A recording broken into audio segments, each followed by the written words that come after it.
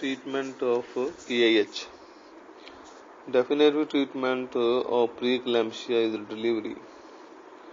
At term, a patient diagnosed with preeclampsia should be delivered remote from term. The risk of neonatal prematurity must be balanced against the risk to the mother and fetus of continuing the pregnancy. Term पे है तो deliver करवा दो, अगर pre term है तो risk balance देखो, neonatal prematurity और मदर को रिस्क दोनों में कौन सा इम्पोर्टेंट है. If the preeclampsia is mild, the patient remote from term, pre term है, conservative management with bed rest and monitoring until 37 weeks of gestation or until the status of the mother or fetus deteriorates are recommended. अगर mild प्रीक्लैम्पसिया है, pre term बच्चा है, तो conservatively manage करो, bed rest करो और monitor करो. अगर 37 वीक्स तक कंप्लीट हो जाते हैं, मदर और फीटस को कोई रिस्क नहीं है, तो conservative manage. Women with severe preeclampsia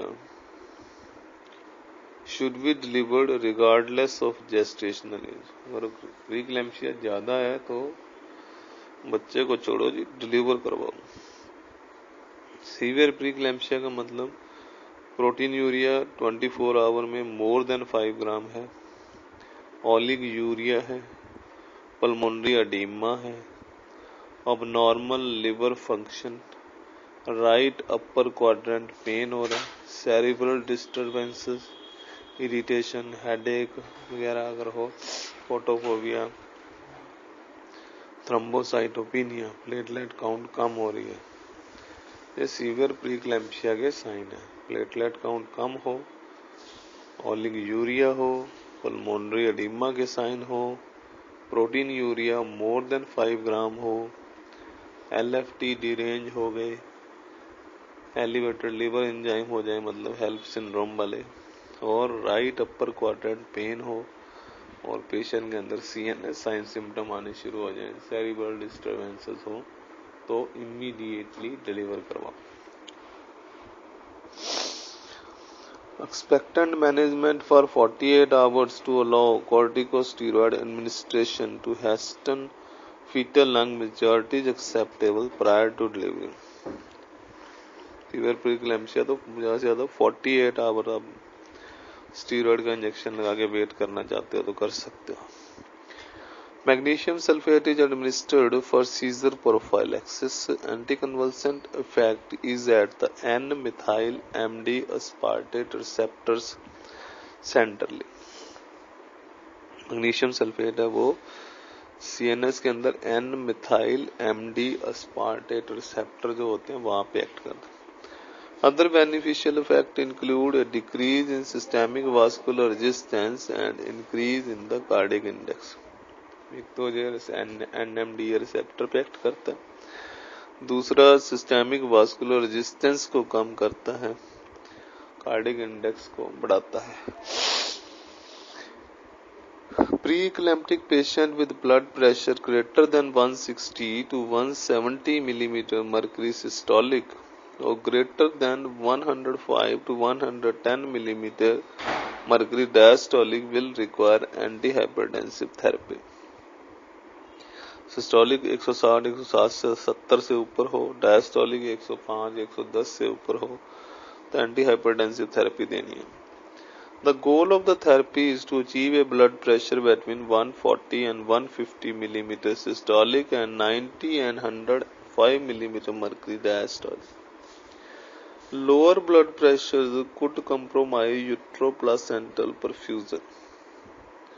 140 155 systolic और 90 से 105 डायस्टोलिक, ये मेंटेन करना है. इससे ज्यादा नीचे करेंगे तो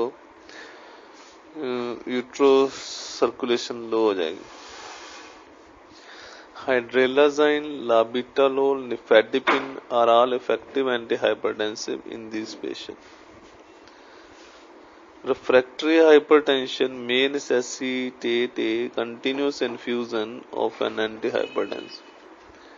हाइड्रोलाजाइन, लाविटालोल तो निफेडिक में यूज़ करते हैं। अगर इनका असर नहीं आ रहा तो नाइट्रोग्लिसरीन कंटिन्यूस इन्फ्यूजन भी दे सकते हैं। Nitroglycerin, sodium nitroprusside, fenoldopam are all useful as short term please यार useful for short term therapy. An intra-arterial catheter for blood pressure monitoring should be placed if continuous infusion of an antihypertensive is used. तो इसमें क्या है कि maintain करना है अपने को diastolic blood pressure below 110 millimetre mercury. इसके लिए आप हाइड्रोलाजाइन दे सकते हैं 5 to 10 milligram IV every 20 to 30 minute. Hydralazine 5 to 10 milligram 20 से 30 मिनट पे दे सकते हैं।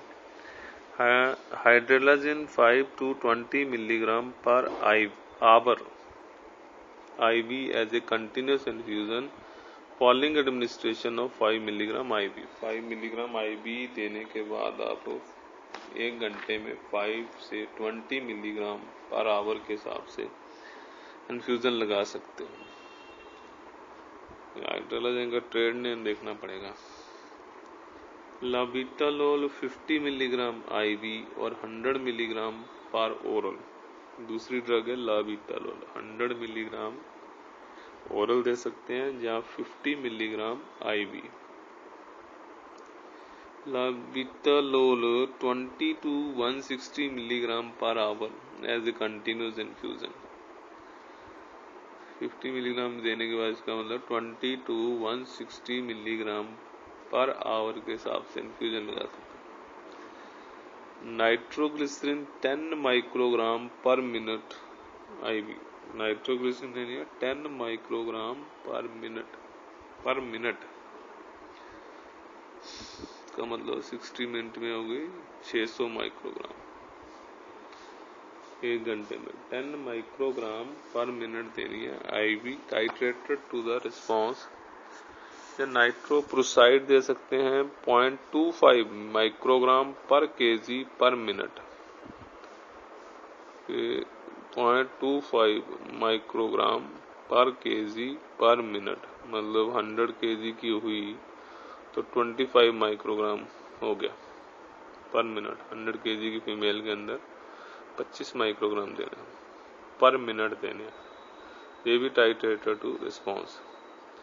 और ड्रग है fenoldopam 0.1 microgram per kg per minute IV। 0.1 microgram per kg per minute IV increase by 0.05 to 0.2 increase by बढ़ाना है इसकी डोज को 0.05 to 0.2 microgram per kg per minute until each desired response। मतलब और इसकी एवरेज डोज है 0.25 to 0.5 microgram per kg per minute. 0.25 0.5 microgram per kg per minute. Seizure prophylaxis के लिए क्या देना है? Magnesium sulphate 4 to 6 gram IV 4 to 6 gram IV दे के followed bye 1 to 2 gram per hour 1 to 2 ग्राम 1 घंटे में फिर as a continuous infusion. Goal is to maintain serum concentration of 2 to 3.5 milliequivalent per litre. Toxicity हो जाएगी अगर 4 to 6.5 मिलीक्यूलेंट per litre हो गया। इसमें क्या होएगा? Nausea, vomiting, diplopia, somnolence, loss of patellar reflex. Nausea vomiting होने लग जाए तो मतलब बंद कर दो मैग्नीशियम। या डिप्लोपिया होने लग जाए, पेशेंट स्लीपी सा हो जाए, लॉस ऑफ पटेलर रिफ्लेक्स गायब हो गया तो इसका मतलब टॉक्सिसिटी है। अगर मैग्नीशियम सल्फेट का लेवल 6.5 to 7.5 मिलीक्यूलेंट पर लीटर से ज्यादा हो गया तो associated with skeletal muscle paralysis, apnoea हो जाएगा, रेस्पिरेटरी रेस्ट टाइप का हो जाएगा, स्केलेटल मसल पैरालिसिस। अगर level more than 10 मिलीक्यूलेंट per litre से ज्यादा हो गया तो associated with cardiac arrest. Cardiac arrest हो जाता है। Patients with preeclampsia are intravascularly volume depleted, and this deficit may need to be corrected prior to or in conjunction with antihypertensive. Hypovolemia treat करना है antihypertensive देने से पहले. If the patient develops oliguria, a fluid challenge of 500 to 1000 ml of crystalloid is indicated. Central cardiovascular monitoring may be useful if the oliguria is unresponsive to therapy or a pulmonary edema develop. Then prognosis. Maternal prognosis में है कि cerebral hemorrhage is the major cause of maternal death due to preeclampsia and eclampsia. अगर cerebral hemorrhage हो गया तो फिर मान लो कि mortality बहुत है. When the mean arterial pressure exceeds 140 mm mercury, there is significant risk of maternal cerebral hemorrhage. BP 140 mean arterial pressure ज़्यादा है उससे तो cerebral hemorrhage होने का रिस्क है. For this reason, it is recommended that maternal systemic blood pressure higher than 160/110 be aggressively treated with the goal of maintaining systemic blood pressure less than 160/110 mm mercury and greater than 130/90 mm mercury. 170/110 से अगर BP ज़्यादा है तो ये मानो कि cerebral haemorrhage होने का रिस्क है. इसके लिए जो अग्रेसिवली ट्रीट करो कि 170/110 से कम हो जाए और 130/90 से ज़्यादा कम भी नहीं करना. This goal should decrease the risk of cerebral hemorrhage and preserve the placental perfusion. 170/110 से कम हो जाएगा तो cerebral hemorrhage नहीं होएगा. 130/90 से ऊपर होएगा तो यूट्रोप्लासेंटल सर्कुलेशन मेंटेन रहेगी. Preeclamptic patient may develop seizure or pulmonary edema within 24 to 48 hours of delivery. Scissor या pulmonary edema 24 से 48 घंटे बाद तक हो सकते हैं. Thus, anticonvulsant therapy and antihypertensive therapy should continue at least 48 hours postpartum. Anticonvulsant ते antihypertensive therapy 48 घंटे तक देनी है अपने को 2 दिन तक. Neonatal prognosis. Babies born to mother with PIH are at greater risk of prematurity, of being small for gestational age, and of drug-related respiratory depression at the time of delivery. Small for date होंगे और respiratory depression होने के chance है. Then management of anesthesia. Pre-anesthetic assessment. Particular attention should be paid to the airway assessment. Facial edema or stridor may indicate airway edema and thus a difficult intubation. Facial edema है और stridor है तो मानो कि laryngeal edema होने के chances हैं और airway difficult होएगा. Preeclamptic patients are hypovolemic and prone to hypotension with the institution of neuroaxonal anesthesia. They are also at risk of pulmonary edema. अच्छा, हाइपोवोलेमिक होने करके हाइपोटेंशन भी हो सकती है और ज़्यादा देने से pulmonary edema में जाने का भी रिस्क है. Thus judicious hydration is indicated. A 500 to 1000 ml crystalloid preload is appropriate before neuroaxial spinal वगैरह देने से पहले देती 500 से 1000 ml. Invasive central monitoring may be indicated if the patient develop either pulmonary edema or oliguria unresponsive to a fluid challenge. Intra-arterial blood pressure monitoring is indicated for refractory hypertension, especially if an antihypertensive infusion is needed. Laboratory assessment should include a complete blood count. Elevated hematocrit suggests hypovolemia. Hematocrit ज़्यादा है तो इसका मतलब hypovolemia. Thrombocytopenia occur in approximately 15% of the preeclamptic patient. Preeclampsia 15% patient के अंदर platelet count कम आएगी. Platelet count of less than 70,000 per cubic millimeter indicate the increased risk of epidural hematoma. Platelet count अगर 70,000 से कम है तो ये आप मान के चलो कि एपिड्यूरल हेमेटोमा बन सकता है।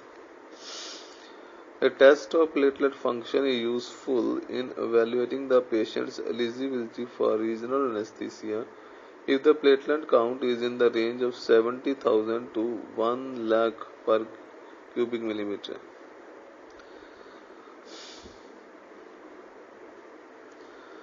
मतलब प्लेटलेट काउंट करना अगर 70,000 से लेके 1 लाख तक है तो इनके अंदर जो है आपका एलिजिबिलिटी है बन जाती है रीजनल एनेस्थीसिया की। तो फिर भी there is doubt of epidural hematoma का रिस्क है। Liver function test, blood urea nitrogen and creatinine are essential in determining the severity of preeclampsia. LFT, blood urea nitrogen तो क्रेटिनिन ये अपने को बताएगा कि कितना सीवियर है प्री-इक्लैम्प्सिया। एलएफटी बढ़े हुए हैं, ब्लड यूरिया नाइट्रोजन बढ़ी हुई है, क्रेटिनिन बढ़ी हुई है तो मतलब प्री-इक्लैम्प्सिया सीवियर है। Identifying the presence of HELLP syndrome show करता है कि HELLP syndrome, haemolysis, elevated liver enzyme, low platelet syndrome. An arterial blood gas and a chest radiograph is indicated if there is signs and symptoms of pulmonary edema. Pulmonary oedema है तो ABG और chest x ray जो करवाना चाहिए। Labour analgesia, vaginal delivery in the presence of PIH and in the absence of fetal distress is an acceptable anesthetic plan. Caesarean section is necessary in the presence of fetal distress, which may reflect progressive deterioration of the uteroplacental circulation.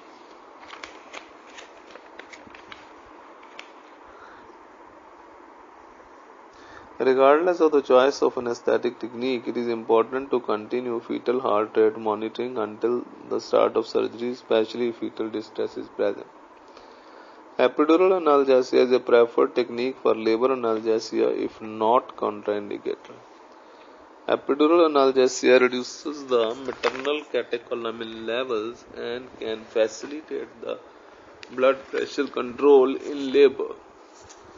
ये फायदा है मतलब epidural का, जो कैटेकोलामिन level को कम करता है, blood pressure control में हेल्प करता है। प्री-इक्लैम्प्टिक compromise uteroplacental perfusion because of the vasospastic component of the disease. Epidural analgesia may improve the intervillous blood flow in preeclampsia, thus improving uteroplacental performance and as a result fetal well-being. प्रीक्लैम्प्सिया से जो यूट्रोप्लासेंटल circulation कम हो जाती है, epidural लगाने से इंटरविलस blood flow बढ़ने से यूट्रोप्लासेंटल performance better हो जाती है, इसलिए फीटल के लिए भी अच्छा है। As these patients are at risk of cesarean delivery, early epidural placement can facilitate the use of epidural anesthesia for cesarean delivery, thus avoiding the risk of general anesthesia. Epidural analgesia is accomplished with continuous infusion of local anesthetic solution containing ropivacaine or bupivacaine combined with an opioid. While maintaining left uterine displacement and fetal heart rate monitoring because of the hypersensitivity of internal vasculature to catecholamine, one might consider using a local anesthetic solution without the addition of epinephrine. Local के अंदर adrenaline add नहीं करना चाहिए, इसके अंदर maternal circulation more sensitive to कैटेकोलामिन्स।